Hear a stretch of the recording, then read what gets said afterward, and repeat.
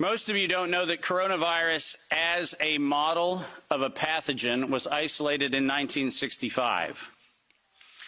Coronavirus was identified in 1965 as one of the first infectious replicatable viral models that could be used to modify a series of other experiences of the human condition. It was isolated once upon a time associated with the common cold.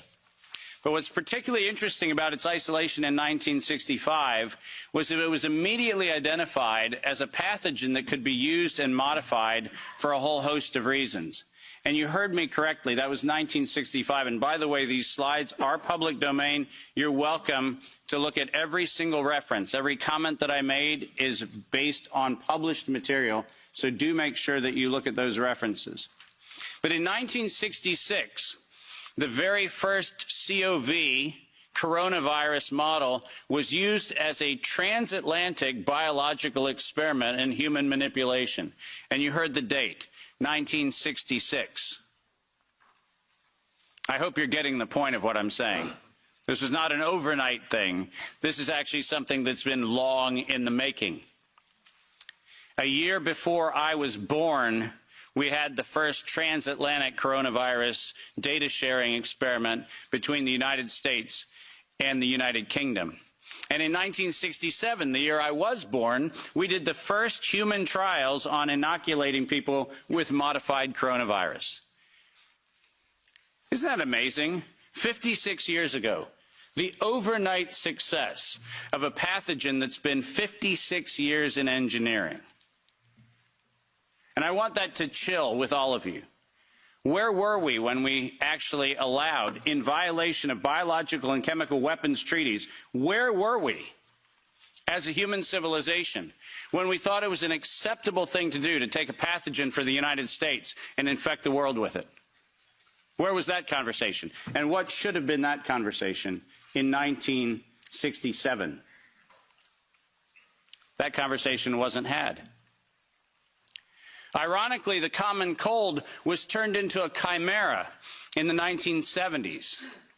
And in 1975, 1976, and 1977, we started figuring out how to modify coronavirus by putting it into different animals, pigs and dogs.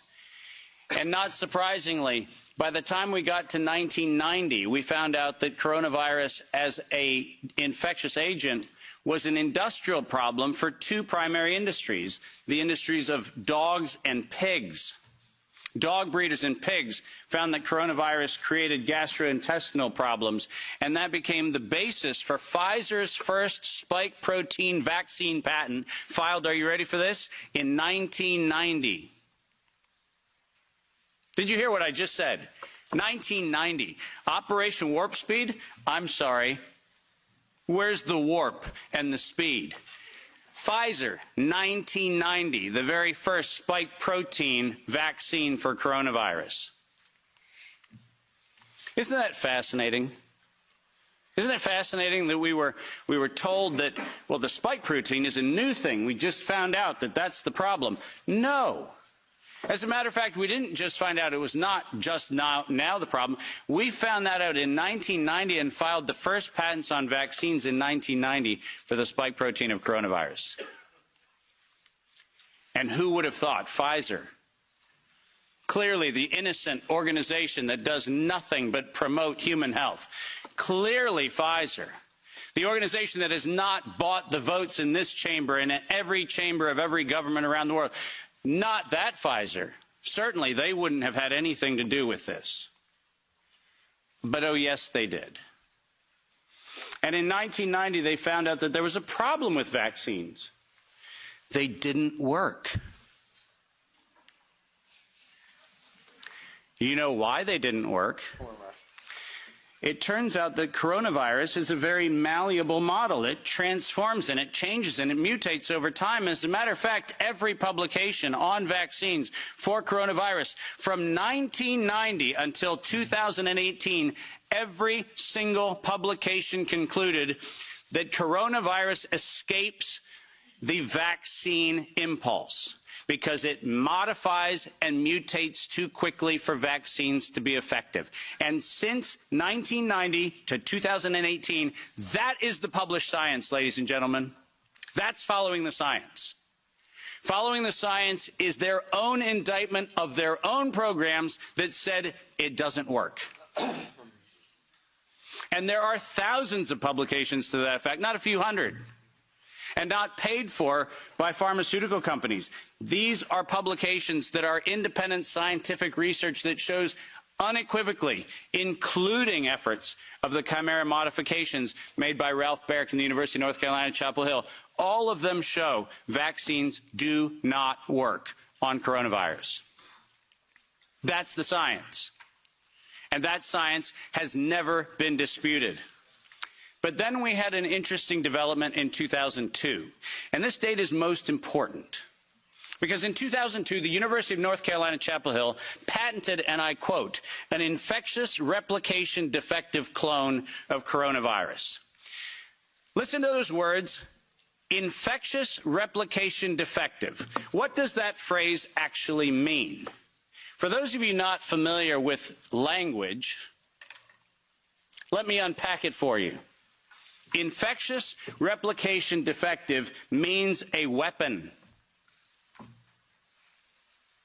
It means something meant to target an individual, but not have collateral damage to other individuals. That's what infectious replication defective means. And that patent was filed in 2002 on work funded by NIAID's Anthony Fauci from 1999 to 2002. And that work, patented at the University of North Carolina, Chapel Hill, mysteriously preceded SARS 1.0 by a year. Dave, are you suggesting that SARS 1.0 wasn't from a wet market in Wuhan? Are you suggesting it might have come from a laboratory in the University of North Carolina, Chapel Hill? No, I'm not suggesting it. I'm telling you that's the facts. We engineered SARS. SARS is not a naturally occurring phenomenon. The naturally occurring phenomenon is called the common cold. It's called influenza-like illness. It's called gastroenteritis. That's the naturally occurring coronavirus.